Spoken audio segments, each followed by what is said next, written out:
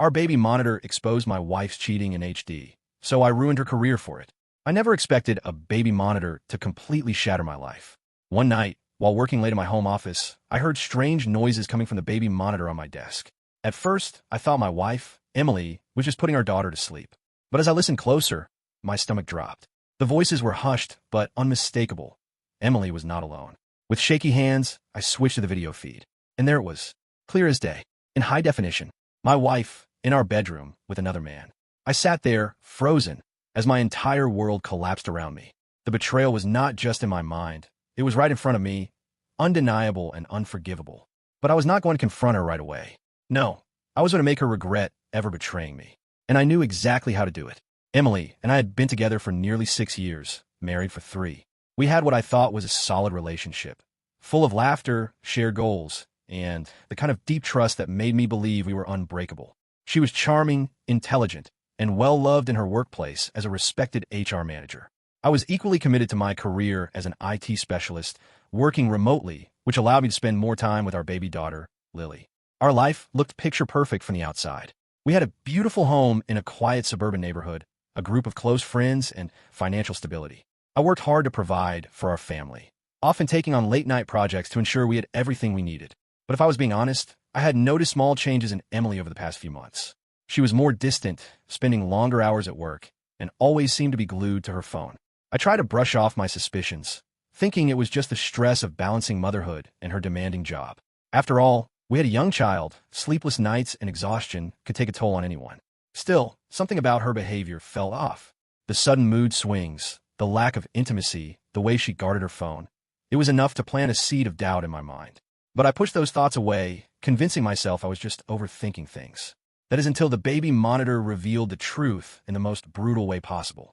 I had set up the baby monitor as a way to check on Lily whenever I was working in my office.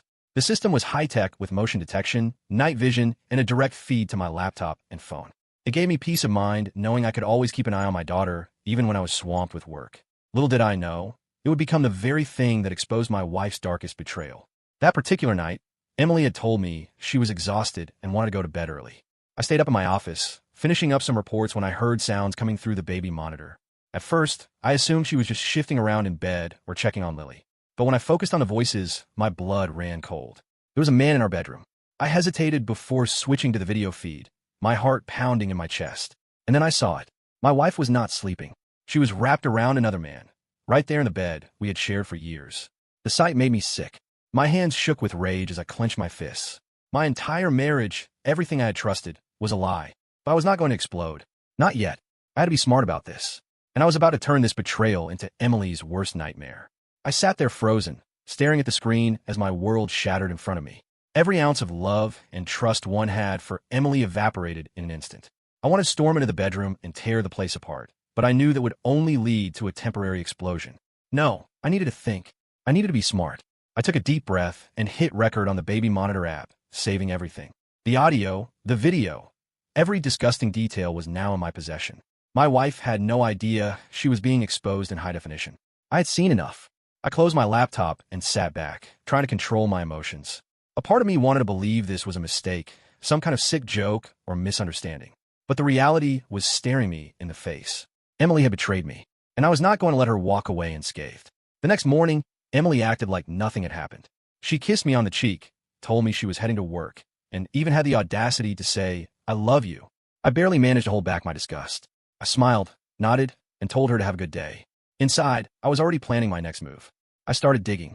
Since I worked in IT, it was easy for me to retrieve deleted messages and track digital footprints. I accessed our shared phone bill and found a pattern of late-night calls and texts to an unknown number. Cross-referencing with her social media accounts, I confirmed my worst suspicion. It was one of her co-workers. His name was James, a recently divorced man who worked in the sales department at her company. A real sleazeball, according to what I could gather. But I was not done yet.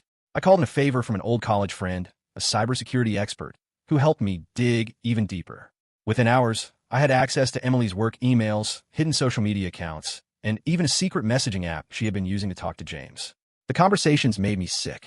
Emily had been seeing James for over 6 months. Their messages were full of mockery toward me, laughing about how I was too busy working to notice her affair, how boring I was, how she would never get caught. She even joked about how, if I ever found out, I would be too much of a coward to do anything about it. That was the final straw. I was done playing nice. I spent the next few days gathering everything I needed. The baby monitor footage, the phone records, the emails, the screenshots. I had enough evidence to ruin Emily in more ways than one. But I wanted her to suffer. I planned everything down to the last detail. I hired a divorce lawyer, one of the best in town.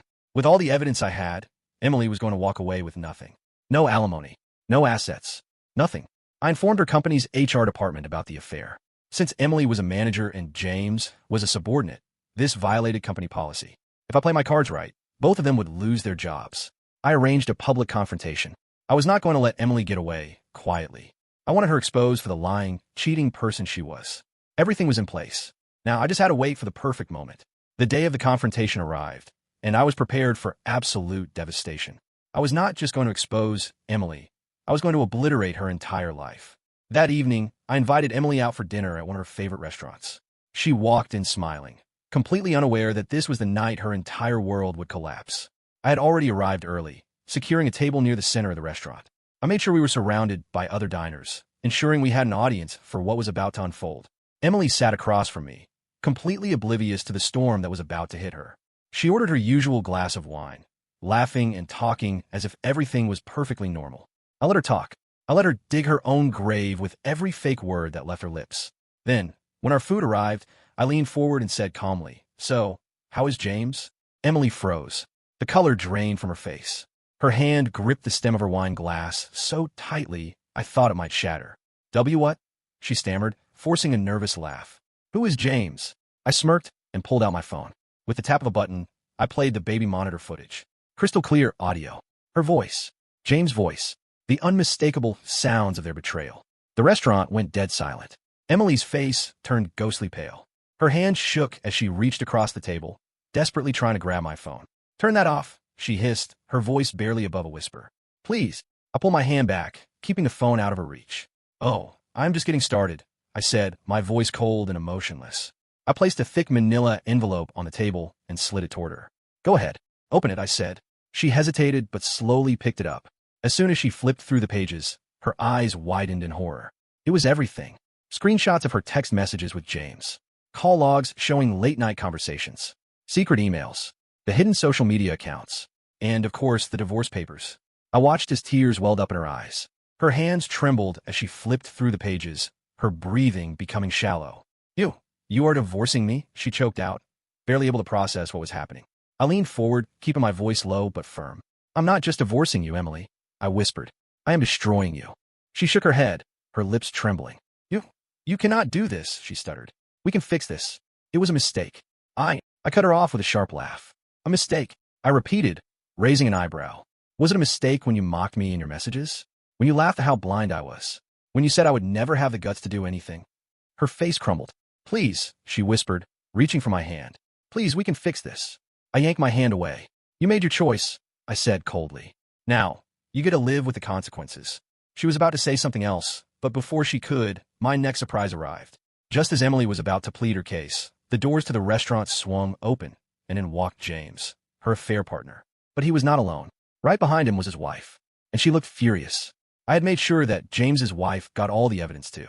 She had received the same email I had sent to Emily's boss, her colleagues, and even some of her family members. As soon as James saw Emily sitting across from me, his face twisted in confusion. Then, when he saw his wife marching toward our table, his expression turned to panic. "You disgusting liar," James's wife shouted, slamming a stack of printed papers onto the table. "You told me you were working late, that you were loyal, and here you are caught in 4K. Emily gasped. "Well, why are you here?" James turned to me, his eyes filled with pure dread. "You set us up," he hissed. I smirked. "No, James. You set yourself up. I just made sure everyone saw the truth." The entire restaurant was watching. People were whispering, gasping, recording. Emily grabbed my arm in desperation. "Please, we can fix this. Do not do this to me." I stood up, towering over her. "Do this to you?" I repeated, my voice dripping with mockery. "You did this to yourself." I turned to James's wife. "You deserve better than this liar," I said, nodding toward James. "And do not worry, I made sure their boss got the footage too. Neither of them will be keeping their jobs after this." James's wife looked at Emily in disgust. "Enjoy unemployment," she spat before turning to leave. Emily was hyperventilating. "Wait, you sent this to my boss?" I smiled. "Oh, I sent it to a lot of people." Tears streamed down her face as she collapsed into the chair. "You ruined my life," she whimpered. I leaned down and whispered into her ear.